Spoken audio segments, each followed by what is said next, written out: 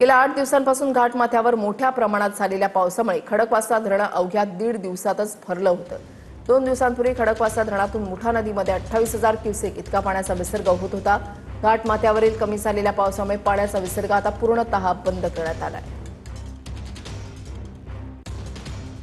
खडकवासला धरणातून होणारा पाण्याचा विसर्ग पूर्णतः बंद झालाय। आपण खडकवासला धरण आहे येथे आहोत। आपण पाहू शकतो की गेल्या 7 दिवसांपासून मोठ्या प्रमाणात मुसळधार पाऊस होत होता। घाटमाथ्यावरती देखील मोठ्या प्रमाणात पाऊस झाल्याने खडकवासला धरण हे अवघ्या 1.5 दिवसातच भरलं होतं। काल 28,000 क्युसेक्स इतकं पाणी हे मुठा नदीत येत होतं। संध्याकाळी 18,000 क्युसेक्स इतकं पाणी येण्यास सुरुवात झाली आणि खरं तर 10:30 वाजता रात्री विसर्ग हा पूर्णतः बंद झालेला आहे। कॅमेरा पर्सन सुशांत राऊत सह मी दीपक कापरे, TV9 मराठी, पुणे।